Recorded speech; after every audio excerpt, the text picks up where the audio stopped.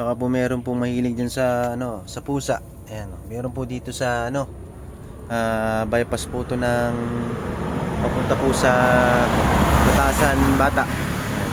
Balite. Ito po sa Sumikubo. Dito po yung dalawang pusa. Baka po merong mahilig dyan sa pusa na pwede po magampot. Ito po. Gandang pusa naman po rin.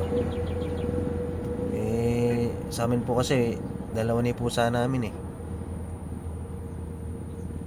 Ulot lang din po yon. Hindi na ako pwede mag-ampon eh. Baka kayo pwede. Ito po yung pusa, magaganda po.